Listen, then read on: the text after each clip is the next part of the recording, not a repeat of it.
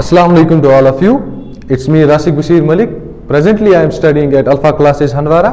Today I am going to deliver a lecture on escape velocity under the guidance of Farad sir. Escape velocity एक ऐसा concept है जो कि थोड़ा बहुत कंफ्यूजिंग है। क्यों?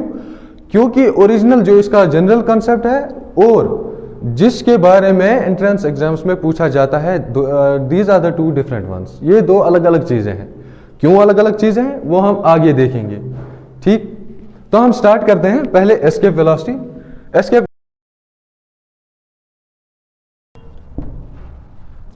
तो देखिए हमने यहां पर क्या लिखा, जो एस्केप वेलोसिटी है इसके बारे में हम बात कर रहे हैं। एस्केप वेलोसिटी एक ऐसी वेलोसिटी है जिस वेलोसिटी का होना जरूरी है। किस लिए?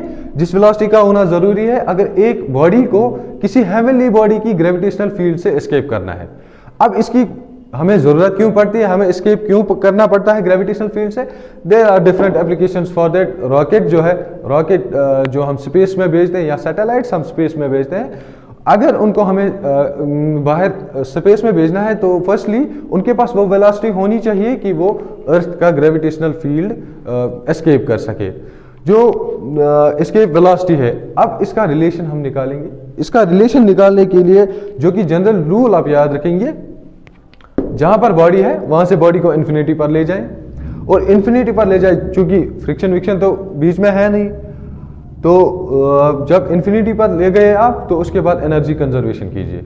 Energy conservation, mechanical energy initial is equal to mechanical energy final. यहां पर हम बना लेते हैं, फॉर एग्जांपल ये अर्थ है, ये इसका सेंटर है और इससे रेडियस आर है, और ये इसकी सरफेस पे एक बॉडी है जिसका मास m है।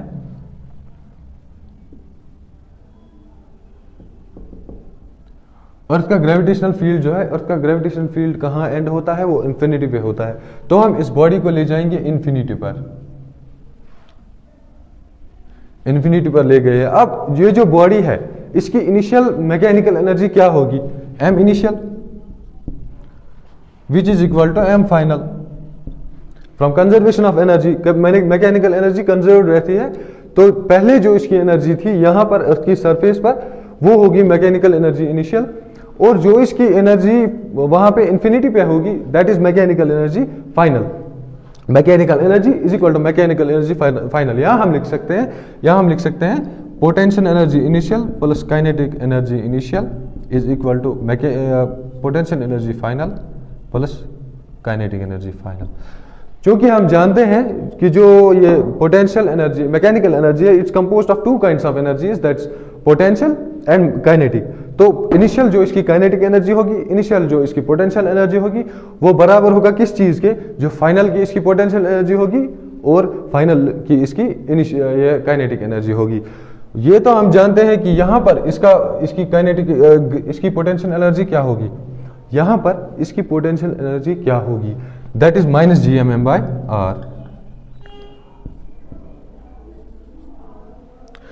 where r is the radius of earth, g जो है ग्रेविटेशनल, यूनिवर्सल ग्रेविटेशनल कांस्टेंट है, और इसका हमें वैल्यू पता है, that is 6.67 into 10 to the power -11 newton metre square पर किलोग्राम स्क्वायर। ये याद होना चाहिए इसका वैल्यू। ये कुछ वैल्यूज है जो हमें याद होनी चाहिए। अर्थ का वैल्यू जो है इट इज 6400 किलोमीटर्स।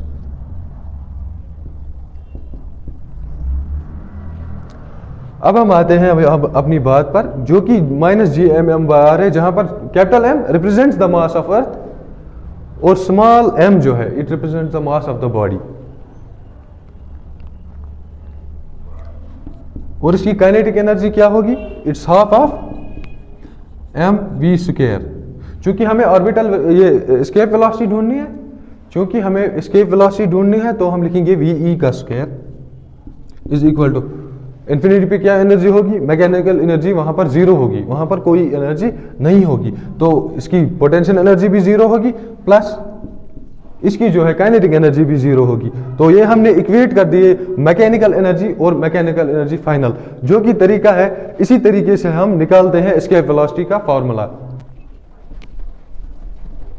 अभी तक हमने क्या किया था, हम जो है ये पार्टिकल जो है इसका मास m है, एक बॉडी है इसका मास m है, ये अर्थ की सरफेस पे है, तो हमने इसको क्या किया था, हम इसको ले गए थे अर्थ की ग्रेविटेशनल फील्ड से बाहर। अर्थ की ग्रेविटेशनल फील्ड कहाँ खत्म होती है? ये इन्फिनिटी पे खत्म होती है। तो हम ले गए इसको इन्फिनिटी पे, और यहाँ पर इसकी पोटेंशियल हमने मैकेनिकल एनर्जी देखी, which is sum of potential energy plus kinetic energy. Kinetic energy और पोटेंशियल एनर्जी का सम होता है मैकेनिकल एनर्जी। तो यहाँ पर जो इसकी यहाँ पर जो इसकी पोटेंशियल एनर्जी थी दैट इज -Gmm/r, और जो इसकी ये काइनेटिक एनर्जी थी that is half of mv² तो ये हमने देख लिया। अब हम जहां पर पहुंचे थे इन्फिनिटी पर, तो इन्फिनिटी पर क्या होता है? इन्फिनिटी पर एनर्जी जीरो होती है, पोटेंशियल एनर्जी भी जीरो होती है, और kinetic energy that is the whole of mechanical energy is zero at infinity. Infinity पर अर्थ का ग्रेविटेशनल फील्ड एंड होता है। ठीक, तो हम कहां पर पहुंचे? That is -Gmm/r is equal to, यहां पर था पहले -Gmm/r plus half of mve²। यहाँ पे ve इसके वेलोसिटी है, इसके वेलोसिटी हमें निकालनी थी, इसलिए हमने ve यहाँ पर लिखा इज इक्वल टू 0। अब इसको हम वहाँ ले जाते हैं, ये पॉजिटिव हो जाएगा, half of mve² is equal to Gmm/r। m से m कैंसिल हो जाएगा, 2 यहाँ पर मल्टीप्लाई चला जाएगा, हमारे पास इसके वेलोसिटी का फॉर्मूला आ गया है, जो क्या है? इसके वेलोसिटी का square is equal to twice Gm/r। अब यहाँ पर स्क्वायर है, स्क्वायर यहाँ जाएगा तो रूट बन जाएगा, that is ve is equal to √2Gm/r। लेकिन फॉर्मूला, जनरल फॉर्मूला इसका यही है, लेकिन यहाँ पे बात को समझेंगे। यहाँ पर हमने देखा कि एक बॉडी जो है अर्थ की सरफेस पर थी, अर्थ की सरफेस से हम इसको लेके गए कहाँ? इन्फिनिटी पे। लेकिन इस पे क्वेश्चन नहीं आया है किसी भी एंट्रेंस एग्जाम में। एंट्रेंस एग्जाम्स में जो क्वेश्चंस पूछे गए हैं वो एक बार तो 2r डिस्टेंस दी गई थी और दूसरे में 4r डिस्टेंस दी गई थी। तो इसका मतलब हमें इसका भी फॉर्मूला आना चाहिए कि अर्थ की सरफेस से अगर कुछ डिस्टेंस ऊपर है या कुछ डिस्टेंस नीचे है तो उसकी इसके वेलोसिटी क्या होगी, वो भी हम निकालेंगे। तो पहला कंसेप्ट जो हमने इसमें पढ़ा that is if a body is on surface of earth, earth की सरफेस पर अगर कोई बॉडी है तो उसकी एस्केप वेलोसिटी क्या होगी, वो हमने देखा। ve is equal to √2Gm/r, √2Gm/r। लेकिन अगर इस बॉडी को थोड़ी एलिवेशन मिल गई है या थोड़ा डिप्रेशन मिल गया है, यानी अगर ये सरफेस पर नहीं है, सरफेस से कुछ दूर है, फॉर एग्जांपल हम लेते हैं 2r twice the radius. Body जो यहाँ पर है वो सरफेस से h हाइट दूर है और h is equal to r times दूर है, और ये अर्थ का सेंटर है, यहाँ से रेडियस r है।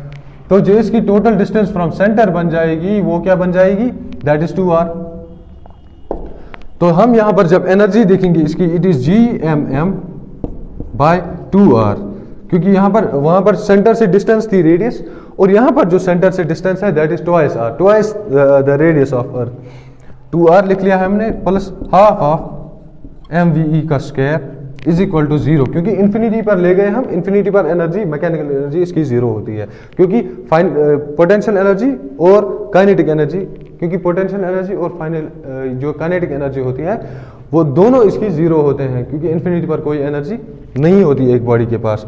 तो इसको हम यहाँ ले जाते हैं, हाफ ऑफ mve का square is equal to Gmm/2r। तो यहाँ से m से m कट गया, हमारे पास फॉर्मूला फिर से आ गया, ve का स्क्वायर, यहाँ पर 2 से 2 कैंसिल हो जाएगा, ve का square is equal to Gm/r। ve is equal to √Gm/r। तो ये हमने देख लिया कि अगर कुछ सरफेस से कुछ दूर है कोई बॉडी, तो उसको कितनी वेलोसिटी देनी चाहिए हमें, जो इसको मदद करेगी एस्केप करने में from the gravitational field of earth. पहले हमने देखा कि अगर सरफेस पे है तो इसकी डिस्टेंस जो है वो सेंटर ऑफ अर्थ से r है, और दूसरे में हमने देखा जो सेंटर ऑफ अर्थ से इसकी डिस्टेंस है वो 2r है। दैट इज हमारे पास एक और जनरल फार्मूला बन जाएगा इस चीज का, ध्यान से देखिए। अगर हमने कभी डिस्टेंस, अगर हमारे पास ये अर्थ की सरफेस पे एक पार्टिकल था, इसकी जो सेंटर से डिस्टेंस थी वो r थी, और दूसरी बार एक पार्टिकल जो था वो अर्थ की सरफेस से r की दूरी पर था। r जो सेंटर से इसकी डिस्टेंस हो गई उस पार्टिकल तक, वो 2r हो गई।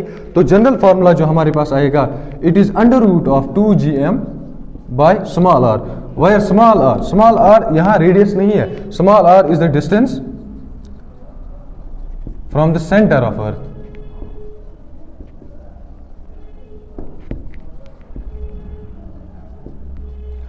लेकिन ध्यान रखिएगा जो ये फॉर्मूला है ये वैलिड है सिर्फ जब एक बॉडी रेस्ट पे है, एक बॉडी जब रेस्ट पे है। अगर उसके पास कुछ एनर्जी है, अगर इसके पास कुछ एनर्जी है, तो आपको क्या करना होगा, आपको फिर से वही एनर्जी कंजर्वेशन करना होगा, इनिशियल मैकेनिकल एनर्जी को फाइनल एनर्जी से के साथ इक्वेट करना होगा। तो वहां पर हमारे पास जो है वेलोसिटी, एस्केप वेलोसिटी का फार्मूला आएगा।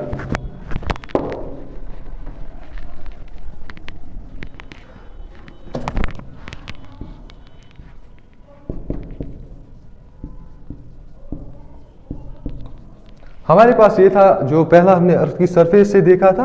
अर्थ की सरफेस से जो वेलोसिटी, एस्केप वेलोसिटी होती है, उसका वैल्यू होता है under root of 2gm by r। तो यहाँ पर हमारे पास ग्रेविटेशनल कांस्टेंट है, ये तो कांस्टेंट ही रहेगा। तो मास ऑफ अर्थ है और रेडियस है। मास ऑफ अर्थ यानी कि mass of planet, mass of planet पे डिपेंड करता है ये चीज करती है डिपेंड मास ऑफ प्लेनेट पे और रेडियस ऑफ प्लेनेट पे, मास ऑफ ऑब्जेक्ट पे नहीं करती। ये चीज आपको याद रखनी चाहिए, मास ऑफ द बॉडी पे नहीं करती। अब हम जरा देखेंगे, अगर मेरे पास ये मार्कर है और कोई 100 kg का बॉक्स है, ये मार्कर और 100 kg का बॉक्स, अगर मैं इस मार्कर को ग्रेविटेशनल फील्ड से बाहर ले जाना चाहता हूँ, इन्फिनिटी पे ले जाना चाहता हूँ, तो क्या मुझे ज्यादा एनर्जी लगेगी या उस 100 kg के बॉक्स पे? दोनों पे सेम लगेगी, क्योंकि it does not depend upon the mass of the body. ये मास ऑफ द प्लेनेट और रेडियस ऑफ द प्लेनेट पे डिपेंड करती है। यहां पर कुछ किसी और तरीके से हम इसको लिख सकते हैं, 2gm by r, g is equal to gm by r square, ये हमने पढ़ा था। यहाँ पे gr square is equal to gm। तो इसको हम इस फॉर्मूला में सब्स्टिट्यूट करेंगे, ve is equal to under root of 2gr square divide by r से r कट जाएगा। हमारे पास आखिरी फॉर्मूला जो होगा ve is equal to under root of 2gr,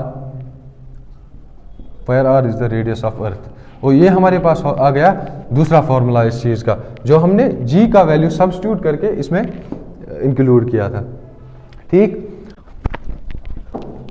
देखिए हमने देखा था कि एस्केप वेलोसिटी जो है, एस्केप वेलोसिटी किस किस चीज पे डिपेंड नहीं करती है। तो पहली चीज मैंने आपको बताई थी, it does not depend on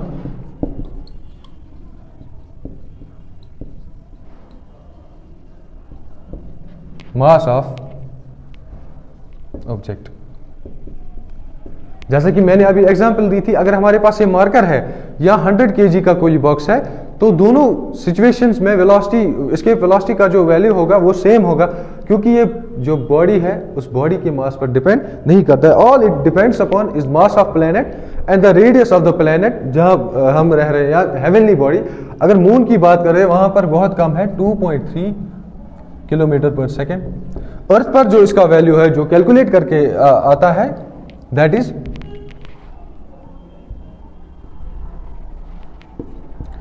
11.2 kilometre पर सेकेंड। अब ये डिफरेंस क्यों? अर्थ में 11.2 और मून में 2.3, इसके भी रीजन हम भी आपको बता देंगे। पहले हम जिस चीज पे बात कर रहे थे, ये डिपेंड नहीं करता मास ऑफ ऑब्जेक्ट्स पे, चाहे कोई ऑब्जेक्ट भारी है या कोई ऑब्जेक्ट हल्का है, दोनों पे सेम, दोनों को सेम एस्केप वेलोसिटी की जरूरत होगी अगर उनको अर्थ की जो है ग्रेविटेशनल फील्ड से एस्केप करना है, या किसी हेवनली बॉडी की ग्रेविटेशनल फील्ड से एस्केप करना है। यह पहली चीज। दूसरी चीज, it does not depend upon theta. और यहां पर थीटा क्या है? इट्स एंगल ऑफ प्रोजेक्शन, किस एंगल से हम एक बॉडी को प्रोजेक्ट कर रहे हैं। अगर मैंने इस मार्कर को ऐसे प्रोजेक्ट किया, दैट इज 90 डिग्री, या ऐसे प्रोडक्ट एज 0 डिग्री प्रोजेक्ट किया, तो एंगल ऑफ प्रोजेक्शन पे ये डिपेंड नहीं करता है। याद रखेंगे जिस भी एंगल से फेंक लो, the value of the velocity, escape velocity will be same. और अब किन चीजों पे डिपेंड करती है? It's mass of planet, radius of planet,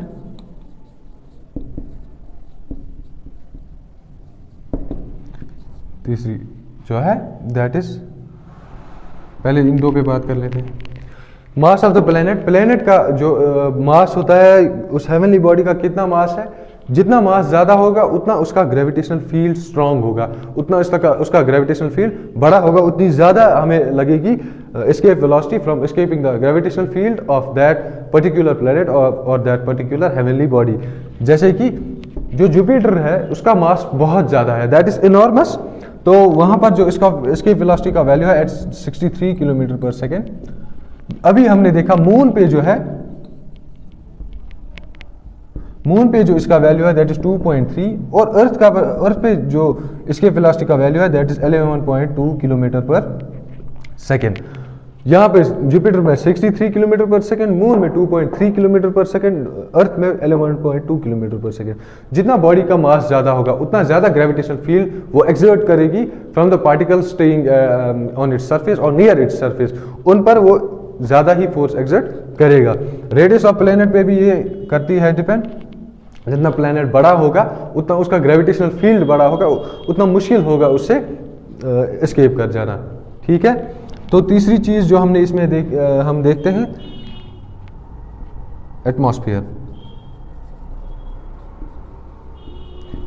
यहां पर एटमॉस्फेयर क्या मतलब है? गैसेस, कितनी डेंस गैसेस, यहां पर गैस कितनी डेंस है। अगर एटमॉस्फेयर किसी हेवनली बॉडी का डेंस है तो वहां से निकलने में ज्यादा प्रॉब्लम होगी। जैसे कि जुपिटर में है, वहां पर का एटमॉस्फेयर ज्यादा डेंस है, तो वहां एस्केप कर जाने में ज्यादा एनर्जी लगती है, ज्यादा वेलोसिटी देनी पड़ती है अगर उस प्लेनेट से एस्केप करवाना है एक बॉडी को। और अगर जैसे हम मून में देखते हैं, वहां जो है गैसेस की अरेंजमेंट डेंस नहीं है, वहां पर रेयर है, तो वहां से एक बॉडी का एस्केप कर जाना थोड़ा सा आसान है इन सब से। तो it also depends upon the atmosphere of the given heavenly body और द गिवन प्लेनेट।